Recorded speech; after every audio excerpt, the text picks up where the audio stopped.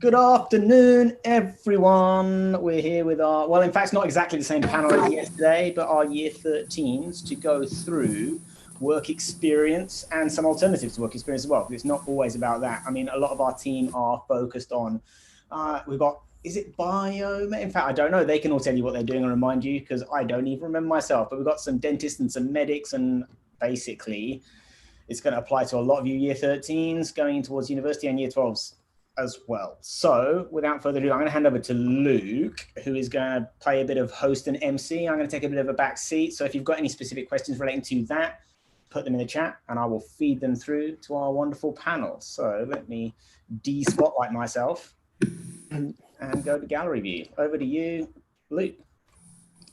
So firstly, I know a lot of year 12s will be watching this thinking, well, we won't have the we won't have the joy of doing work experience like face to face, but what I wanted to tell you is don't panic. I know that sounds really, I don't know, it's easy for me to say because obviously we're all year 13, we've been there, we've done it, we've got the t-shirt, we've been able to have our work experience, but most importantly, just don't panic because everybody's in the same boat as you. It's not like some people will be at a different advantage or disadvantage because pretty much nobody can do face-to-face work experience. So that's one thing that I just did want to say, so don't panic. But today we're basically just going to tell you stories about our work experience, pretty much how we got it, what was the most important things that we thought about it, self-reflection on work experience and where work experience can crop up later on in the line, like in your personal statement or interviews, and also alternatives, because that's mainly like the main reason why year 12s are here, for the alternative viewpoint or the alternative sort of insights, what you can get into. So some of the things that we came up with is webinars and books. Yaz, you mentioned Uptree. Do you just want to tell everyone a little bit more about Uptree and what you can do on it? So Uptree is like a resource where you can get online work experience. I think that's more of a general resource, but especially with this pandemic, it's quite hard to get face-to-face. So there are many online resources you can get, such as webinars, there's Uptree, there's even for medics specifically, there's Observe GP, which is specifically learning about what it's like being a GP. Some medical schools are doing some as well, such as Brighton and Sussex. They've got their own work experience where you learn about specialties, but there's many more. So in terms of general ones, you've got Uptree. There's also Bright Network who are doing work experience online, and also I think internships as well, which can be really useful just to gain that experience and gain insight into those careers or courses that you want to do when you're older. So, there are many other opportunities that you can do. You don't really need to always have to have face-to-face. As long as you take advantage of the online ones that they're providing, I think they'll be especially useful for you. I think the main thing you need to take from doing these online ones is to reflect on what you're learning from them, because that's really important when it comes to, I guess, all courses, but especially if you're doing like medicine, dentistry and veterinary. Miriam, have you got anything else to say about that, sort of to do with like reflection? Because I know a lot of people will be sort of asking, work experience it might not be the same because it's face-to-face, but Yaz, jumping on the back of what you just said, it's all to do with reflection. Is there anything else that you want to say, Miriam, or anything like that? So basically, like what you just said, I think it's more important what you've reflected from the experience you got rather than the experience yourself, because there are going to be people, for example, who could have got 5 different work experiences and they can list all of them, but they may not be able to say, like what they've learned from it, what they got out of it, why that makes them want to do the course that they want to do. But just because we're in the situation doesn't mean that you can't make the best out of it. Yaz mentioned a few resources. There's also MedLink, who's doing a virtual exhibition. By the way, all of these are going to be linked in the description. But there are different ways in which you can get your experience now. And with all of them, the central message is the same. Make sure you are learning from it and noting down what you learned from it. So when I went on my work experience, I had a notebook. And I would basically write, not all the time, but I would, when I had spare time, I would take my time and just write down like what have I learned and what have I noticed. And I would put both good and bad things because you need to be able to reflect on both the positives and negatives. But that should really help get you going. Hannah, what about you? So I know obviously there's quite a few resources for us, but what about for you chemists? What do you think there is out there for chemistry to do work experience?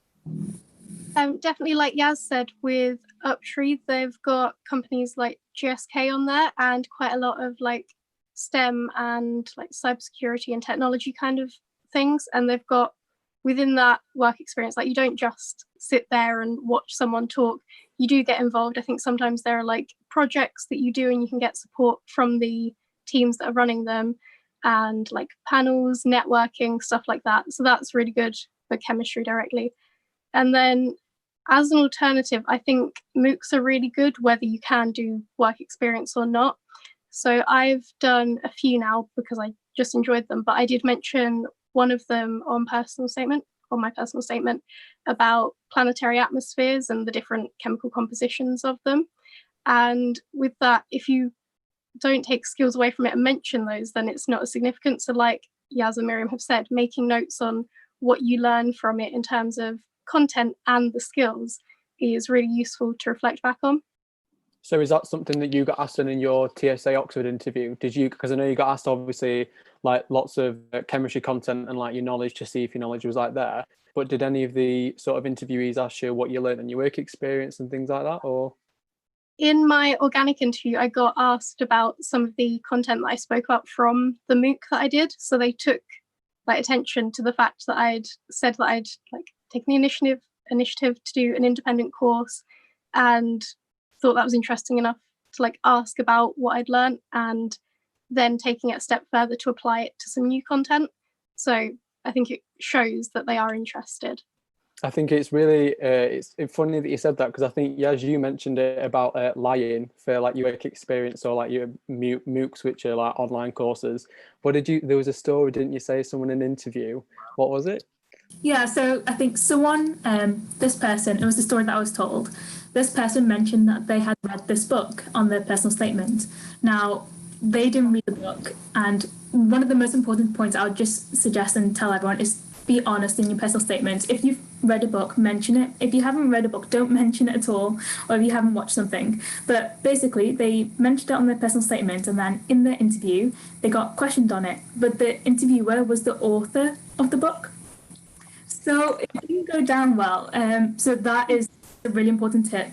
When you're writing your personal statement, and you're reflecting on your experiences, make sure it's honest. So even when you're doing your work experience, let's say you had the opportunity to do, work at a care home or something like that, or you did an online course, make sure what you're saying and what you're reflecting from that is true and honest.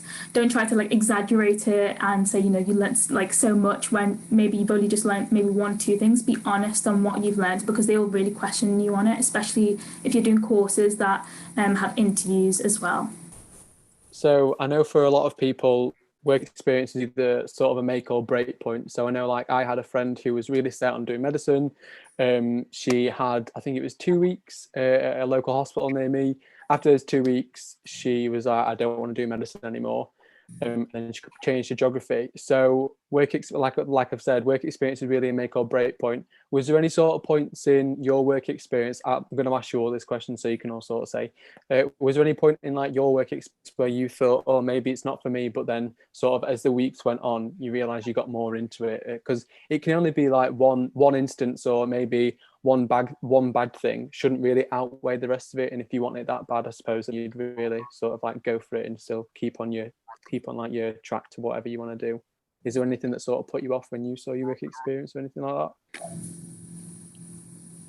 So for me personally, I did work experience in different wards in the hospital. I wasn't just based in one section. So I was able to see different specialties. And I know that, for example, when I was going in, I was quite set on a specific specialty, and I got to shadow that specialty, and it changed my mind on it, because although I was still determined to go in the same career, I was like, okay, I definitely don't like this part of it. And I think that's why I said before, make sure you're writing down both positive and negative things, because you never know what's going to happen, and you need to be able to objectively look at everything. So yeah, I did have a moment where I was like, I didn't really like this, but then I switched to a different ward, and that was a lot nicer. So definitely use a work experience to look at stuff like that. Yeah, what about you, Yas? Did you have any instances like that or anything? I think there are times maybe in your work experience, I think generally everyone experiences this, where you see, I guess it's the challenges of that career. So for example, like in medicine, you see how long they work for, how much effort they have to put into it, you know, long working hours, night shifts and all that. And obviously when you hear that at first, it may not sound as appealing, but you've got to compare it to the positives of that career. Like, what are you getting out of it? Like the reward, how rewarding it is, and lots more. So you've kind of got to balance it out. But I think it's really important to mention that, because some people will find, you know, some aspects of that certain career like not enjoyable, not as nice, they're not really into that.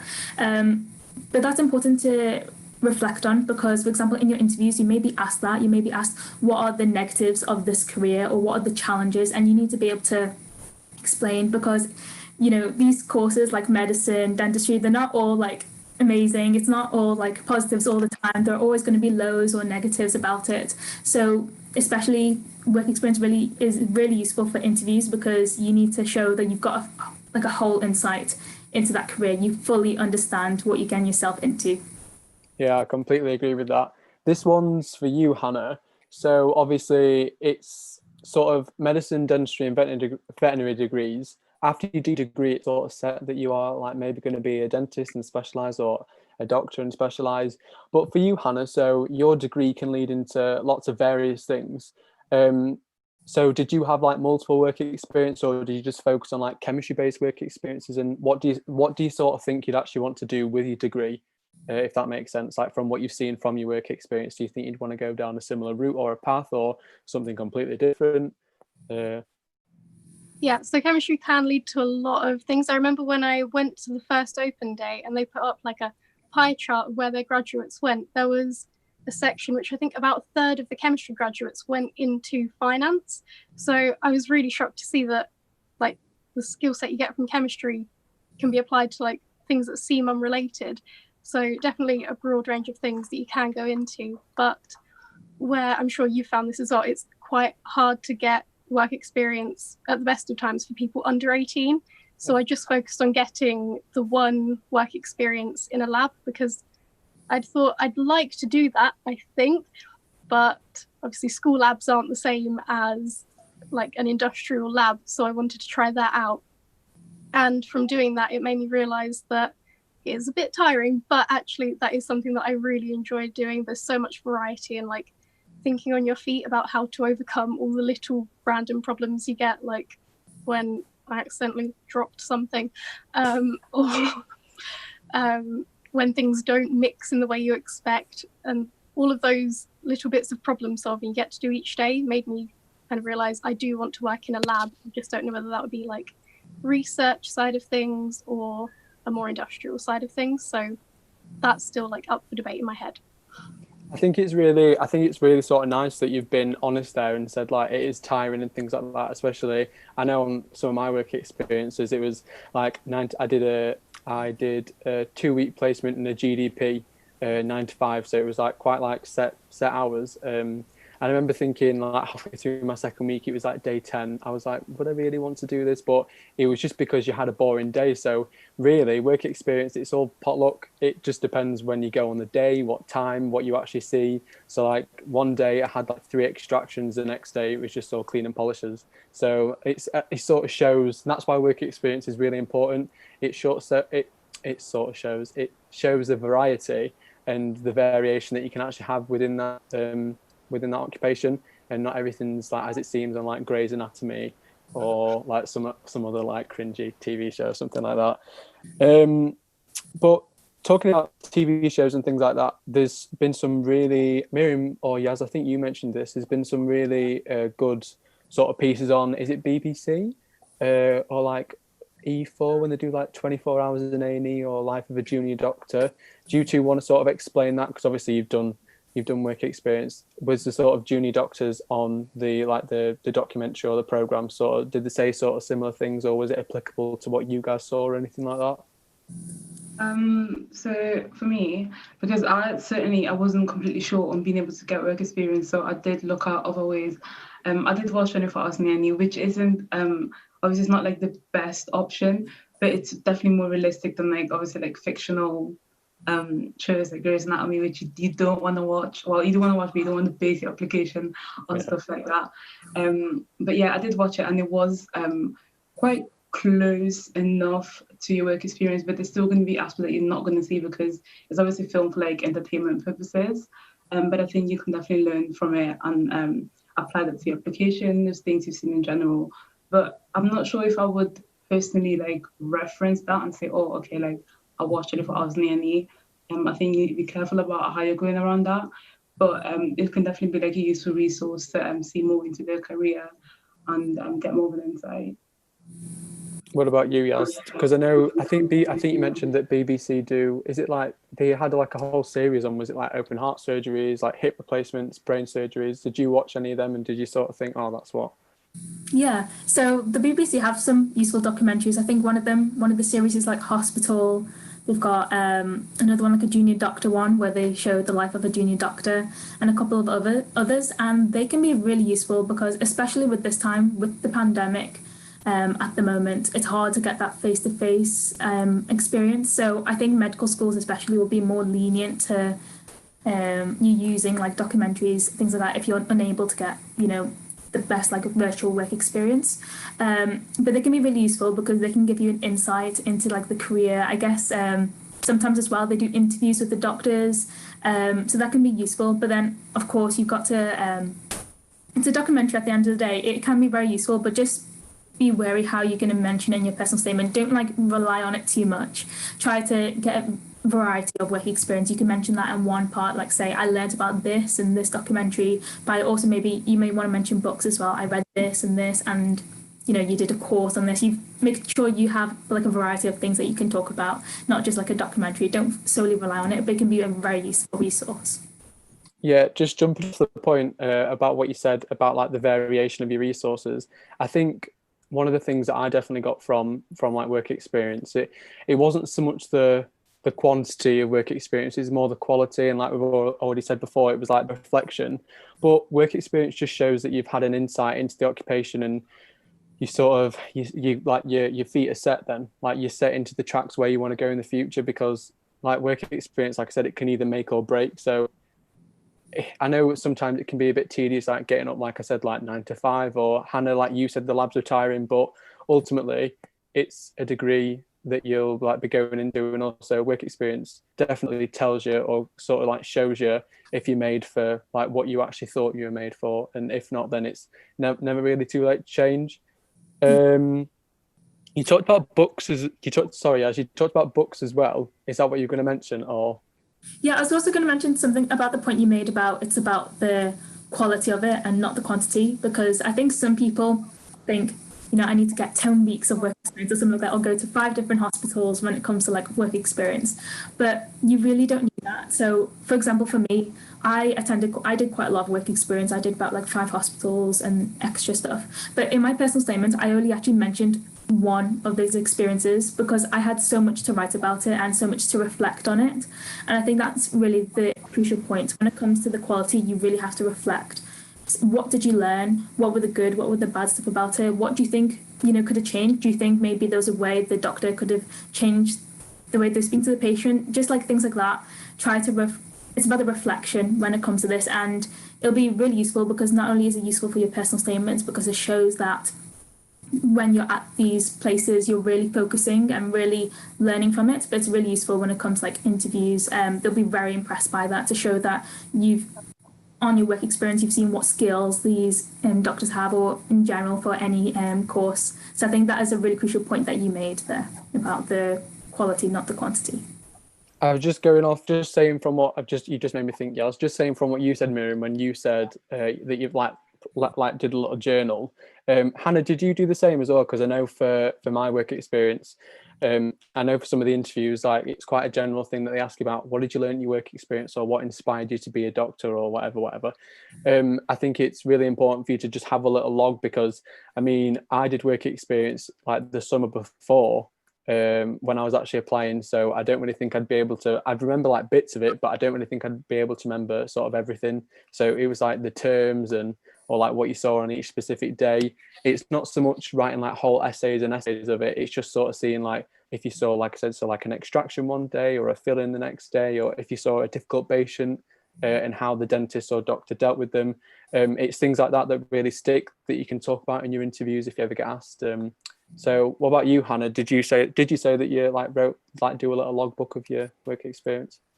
Yeah, so I wasn't organised enough to bring a spare notebook with me for it because I had to stay somewhere else to do my work experience. But I did start like a notes page on my phone where I wrote down just a summary of what I did each day and my involvement in it, as well as what my mentor did, so that I could like explain how I helped in the process, but also what the overall goal was. And that was absolutely essential for me because my memory is not good and I wasn't going to remember 5 days worth of such varied things. So that little description that I wrote down really helped me when it came to even just explaining what I did to my teachers when I got back to school the next week, but also when I was writing my personal statement and I looked at it again before my interviews. Something that it's just you reminded me of now, Hannah, is that work experience is like quite hard to get hold of, obviously with the circumstances of COVID-19, but even when we were applying for work experience, it's quite hard to get it even at the best of times. So I remember, I think I got rejected from 3, I wrote emails and I got rejected from 3 dental practices before a 4th one finally let me do a week, and then I did another week at somewhere else. So the message there is just don't really give up. If one place rejects you, it doesn't really matter. Don't take it to heart because it happens to everybody. But when you do get that 1 week, that one shot, really do make it count, because it can make a massive difference whether you actually think, oh, I really want to do this or not. So did any of you have, actually, this is quite an important thing that I wanted to ask. Did any of you have any like family friends or relatives within like the occupation that you wanted to go in so you could talk to them or try and get work experience from them? Not at all. No, I don't know anyone in chemistry, but luckily I got it through like a contact of someone that worked at my school. I got in touch with the company through that. So through like a few people, I managed to get mine, but not anyone that I'm like close to. What about you, Miriam? Did you like have any like friends of friends or like family members that could able to get you it, or? No, I didn't have anyone that I knew personally, like in the field or anything. And it took me a long time as well. Like basically, like you, I had to basically keep going back to the same people. I think one thing to bear in mind as well, if you are trying to find work experience, is to keep reminding or like keep going back to the same people until like, hi, I applied work experience, just because I had to do that. So I remember I applied in like January, February time. And I kept sending emails like every month or so, and they didn't get back to me until August, which was quite annoying. So for a long time, I didn't actually think I would have any experience, but I would definitely say like be persistent with the people, especially if you don't have like a contact there. So yeah.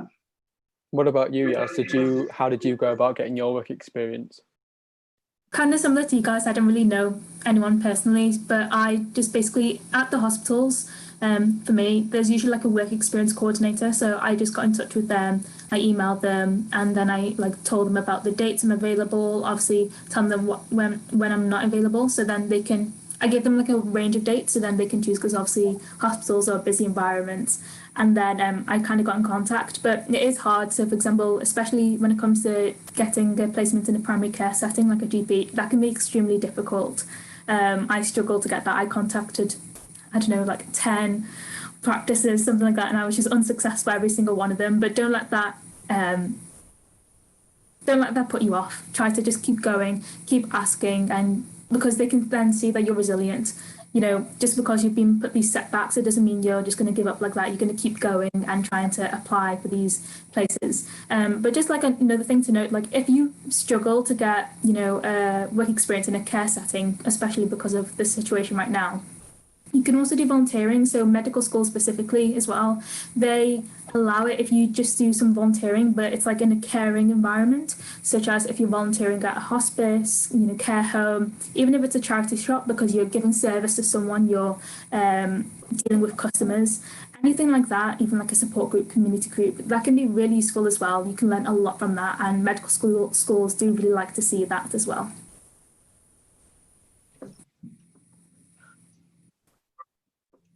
There is something I wanted to say, just going off what you just said there, Yasmin, which is, I think, especially in this time and how, we're not in the best situation, I think we could all use COVID to, you could use it to your advantage in application.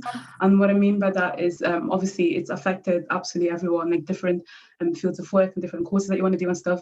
But I think you can each, pinpoint something from the situation right now, and kind of use that as work experience per se. So if you have experience, so if you know anyone who's, for example, in the business industry, and you can see how that's affecting the business, or just people in healthcare that you can talk to and ask about what the situation is right now in the hospitals, and stuff that you're not seeing in the headlines. I think you being able to do something like that and pick what's applicable to you out of the current situation is going to be really helpful when you're applying. Even though we might not have a traditional work experience, you can always make the best of what's going on right now. I'll just say as well, from what you said, just researching in the news as well, especially with the COVID, you could do some research on, viruses, for example, and especially for medicine applications, that's probably what they're definitely going to ask you for the hot topics in interviews. So definitely just research, read newspapers, articles, you've got scientific magazines. I'm guessing, I don't know, Hannah, did you read any specific chemistry magazines or resources for your Before my interviews, I read a few chemistry magazines just to make sure I knew some up-to-date chemistry in case I was asked, what current chemistry are you interested in? And I was like, I spoke about an experiment from the 1800s on my personal statement. I don't know.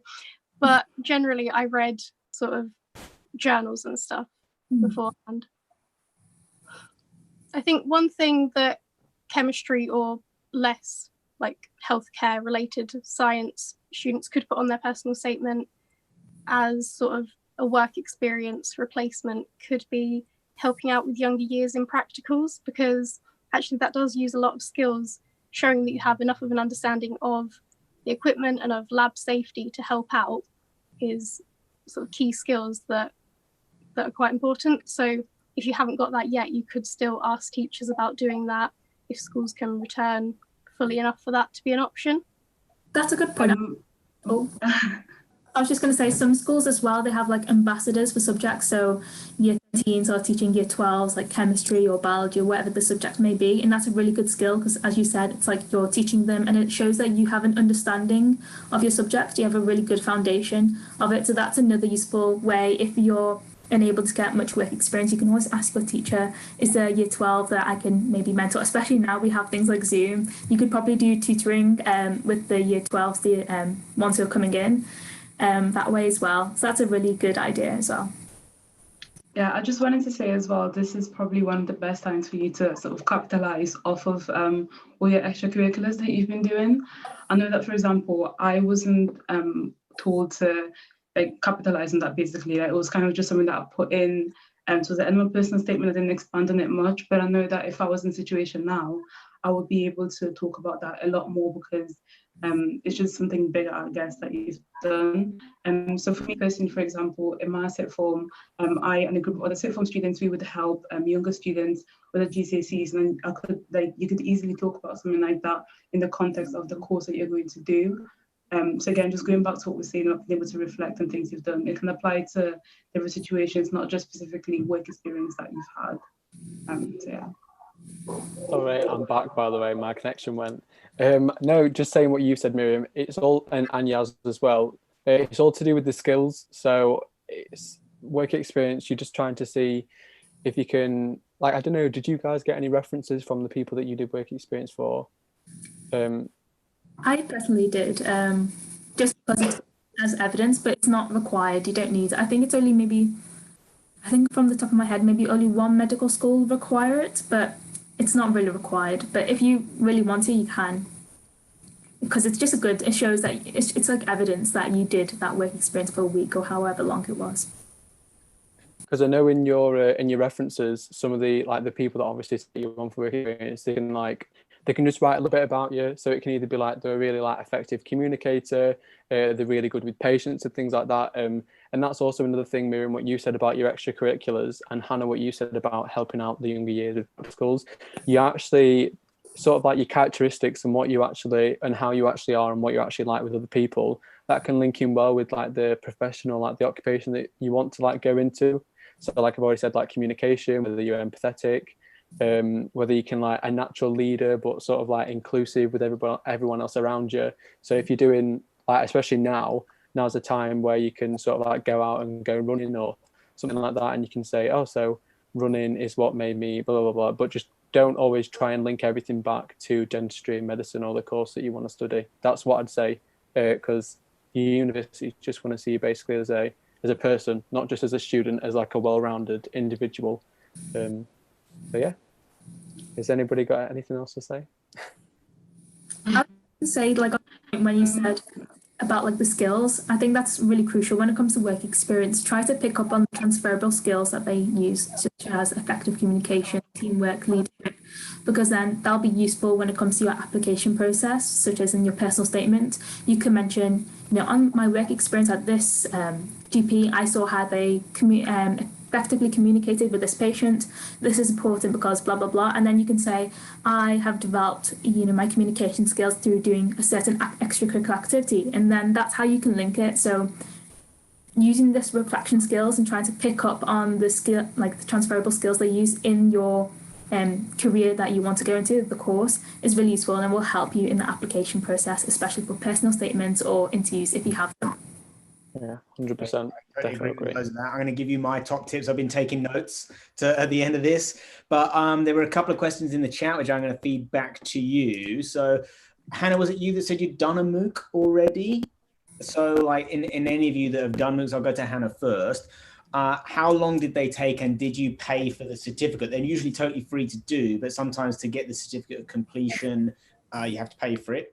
So I'll come to you on a little bit of advice on that. I would say doing it, if they ask you an interview, as long as you've done the course, you should be able to prove to them by your knowledge that you've acquired that you've done it, and you probably don't have. If it's like exactly the perfect MOOC that fits your course and having the certificate is going to be a real benefit, then maybe pay for it. But I'll come over to Hannah. So let's go to Hannah for that first. How long do they take, and did you pay for the certificate?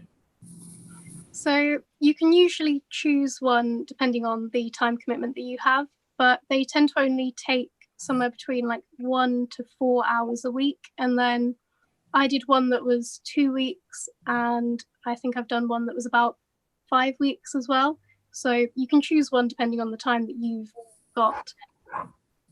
And in terms of paying for them, I have not paid for the certificates for any of mine. I did take a screenshot when it said that I'd got to the end of it, just in case anyone was like, prove it. But I haven't paid for any certificates because I took notes as I was doing it. So I felt like that was more important to get out of it than a piece of paper saying, you did it. Right, yeah, I totally agree with all of that. My question, which didn't actually come up in the chat, was, did any of you, I mean, this is more medicine dentistry related, did any of you you mentioned caring as an alternative sort of avenue for work. One of my friends who did post-grad medicine, well, actually she did it as a postgraduate, but she applied for undergrad medicine because postgrad medicine is really difficult to get into. She worked as a healthcare assistant in hospitals, and I'd link that back to one of the recurring themes that you came up with between you, is that work experience is obviously you want to do it to build your CV and your portfolio and your personal statement to get into uni, but also it's important to find out what it's really like. Is shift work something that you're interested in doing? Is working nights, because that's the way the job works, something that you are interested in doing for the rest of your life? And there's no replacement for setting the alarm at 5 a.m. and seeing what it's like to get out of bed for those days. So did any of you do sort of healthcare assistant or caring and other bits? And Yaz, you're nodding a little bit. I'll come just a quick round robin of the group. So I volunteered at a care home, and I volunteer in like hospice. I also did volunteering in a charity shop as well, because it's not necessarily like, the healthcare environment, but you are caring for your customers, you're doing customer service, you're interacting with people, and that can be really useful. So on my personal statements in my interviews, I talked a lot about those experiences as well, because they're equally as good as just, observing in a hospital, because there you're actually practicing your skills that you need in medicine. For example, you're practicing your communication, speaking to a wide range of people, working in a team, and lots more skills. So taking advantage of those. I know right now there are a few hospices and care homes that are open, are willing to have volunteers in. So, if you can't get that face-to-face observing experience at a hospital, go for those volunteering experiences instead, because they're equally as good. Miriam, I know you're in the medicine route as well. Did you consider any of those other options? Yeah, so along to like hospital work experience, I did volunteering, but it was not the convention. I volunteered in my local church with like children specifically. And the reason why I found that really helped my personal statement as well was because I was able to compare kind of caring for children to what I saw adults in the hospital. And I think if you're able to do something like that, it's going to be really beneficial because you can talk about like the differences and different approaches to different situations and advantages of both, I guess. So yeah, I did that sort of volunteering. Anything we can handle on that? Sorry? I was just passing to, in fact, Luke might have frozen there by the looks of things. Hannah, you did with chemistry. I really picked up on the point that you brought up about just having to read the New Scientist every single week to sort of like be on top of things in terms of what's cutting edge in terms of science, but having some sort of finger on the pulse to some extent, if it's just reading one or two journals and taking notes, just browsing it whilst you're in the dentist surgery and like in the waiting room, taking notes, I think is really important so that it does stick. Because if you are asked a question, you want to be able to say, oh, I was looking at that piece on nanotechnology or those new material sciences, and you want to be able to drop that, you know, whether that's graphene or whether that's, you know, whatever that molecule is, you want to talk about it just so that you, other than, oh yeah, I listened to this thing some time ago and I found it interesting. Like, that's not really what they're looking for. They're looking for just the little accents of details on, it was written by this person who's also at your university. Like, they're the sorts of things that are really just going to show the dude that little detail. Okay, well, I'll ask you all for any final comments or like your key takeaways in a moment. I'm going to go with mine first of all. So I think keeping a log of whatever activities you do, your sort of daily tasks. I think, Hannah, you said it was what you did and what your mentor did, even if that's just one line for what you did and one line for what your mentor did, because having that as a reference to when you're writing your personal statement, I think is going to be absolutely invaluable.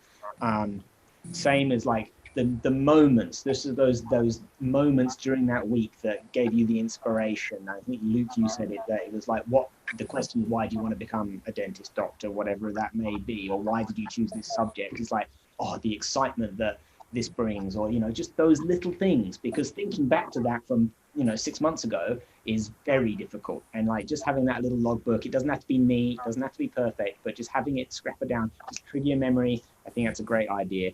Mentoring year 12s right now, options are really restricted. I think being able to, reference, like just volunteer by doing that, help them with their whatever's going on with them right now, that's showing that caring element, especially if it's a caring kind of job that you want to be going in for, I think is great.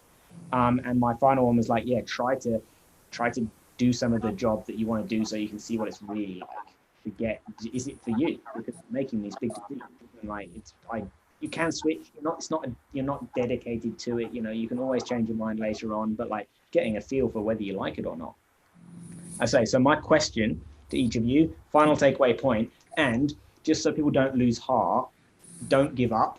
What would you say is the rough ratio of how many emails or messages sent ratio to successful work experience placements got? So I'll start with you, Luke. You were smiling at that. So it doesn't have to be accurate. Roughly, how many messages can you send? About 5, 6 to 1. Easily 5, 6 to 1. Yeah, Hannah, what about you? I left mine a bit late, so this might be a bit skewed because of that, but I probably phoned about 25 places, and in the end I got 1. Okay, Yaz? I think I probably emailed about 15 places, and then I got 5 or 6, something like that. And Miriam? I went to about 8-ish to 9 places and I got 2. Okay. In fact, I think that's the question that I didn't ask, and I'll just go round robin once again. What do you think is the best method for communicating with them? Is that email? Is it phone calls? Is it going to visit them in person, or a combination of them? I'll just go around again. So, Luke? Oh, I'd say defo going in, because then it's like this sort of feel, this not like in a bad way, but they sort of feel obliged, because if you go with like if you're quite charismatic, if you go in with like dressed quite like just dress like quite nicely and like present yourself well and ask, and sort of play it back on them, sort of say, I know you were once in this situation and this is what I'd like to do. And it's sort of like pull at the heartstrings, so they might be like, oh yeah, fine. But whether emails, they can just sort of ignore them or just say, no, we're really sorry. Whereas if you go in face to face, they're more inclined to say, oh yeah, come on then. Well, yeah, we'll take you. Anyone got anything to add to that? I think that was a great answer. Anyone who wants to particularly jump on top of that? I would say phone calls, because I mean right now there isn't really, you can't, like, it's not the best option to really go face to face. But I'd say because it's quite easy for emails to get ignored for a long time. But on a call, you're kind of more everything is more direct, and they can just tell you like yes or no on the spot, or just give you more information. So I'd say phone calls. That's one reason that I liked phone calls as well, because it is more direct. And even if you can see an email address on their site, if you ring up and you're like, will there be any availability and could you let me know who to contact? If it's them that you'll end up contacting, you've already sort of built the relationship a little bit, so they're more inclined to reply at least. I totally agree. And if there is anything about that business or company or hospital that resonates with you, I really like the way you treated by art or something like that. If you can make a connection to them, then I totally agree. I'm doing it in person or on the phone call. An email is just very easy. Tick, delete, see you later. Any of you got any final closing remarks? I'll go around once more. And if you've got anything you haven't said and you really want to get in, now is the time to say it, or forever hold your peace. And if not, we will see you tomorrow, 4 o'clock again, for personal statements. And there's some UK CAT, BMAT type stuff as well. So let's go the other way around. Let's go Miriam first. I'd say one thing right now is make sure you're looking as much as possible, maybe even in like unconventional places. So any places that you're considering looking at, look if they have social media, see what they're posting on there, because they might put certain opportunities on there instead. And I'd also say the student room. There's a lot of threads about literally everything. You can always look and see what people are talking about in terms of work experience.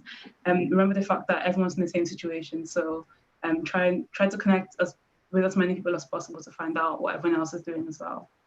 Great stuff. I would say, again, like just look around, but when you do your work experience, try to reflect on what you've learned. Like, what did you do? Where was it where you did the work experience?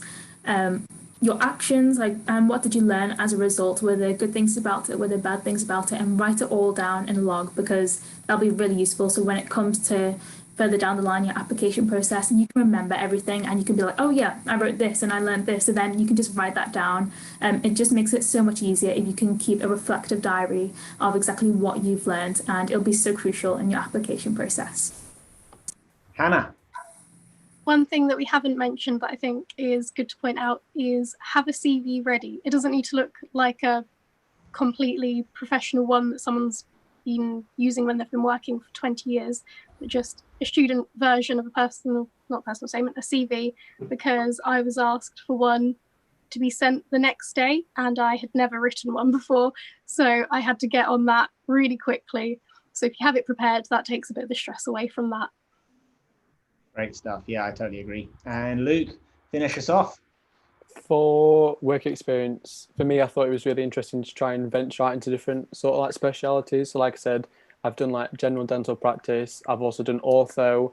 I've done maxillofacial, and then also go a bit more like behind the scenes. So like try and go into like a dental lab. And I know I got to make a crown on one of my dental labs and then see how like they're made and things like that. So if you sort of show the steps and the process and like the things behind, like I think we already mentioned earlier, it just shows that like you've sort of invested a fair bit of time into it. You know what you're going into, and you're not just watching Grey's Anatomy being like, oh yeah, I want to be a doctor. So yeah. Wonderful. Thanks so much to everyone who joined us today, both on YouTube, but especially to the panel. You've been amazing. It's 2 out of 2. Yeah, if you do have any other questions for the panel, then obviously you can hit us up in the comments below. Lots of links in the description to some of the resources we've been talking about today. And come back tomorrow, 4 o'clock, same time, same place for, what are we doing? I just told about, someone help me out. Personal statements, UCAT and BMAT. Personal statements, UCAT, BMAT, all that kind of stuff. On that note, we'll see you there. Bye. Bye.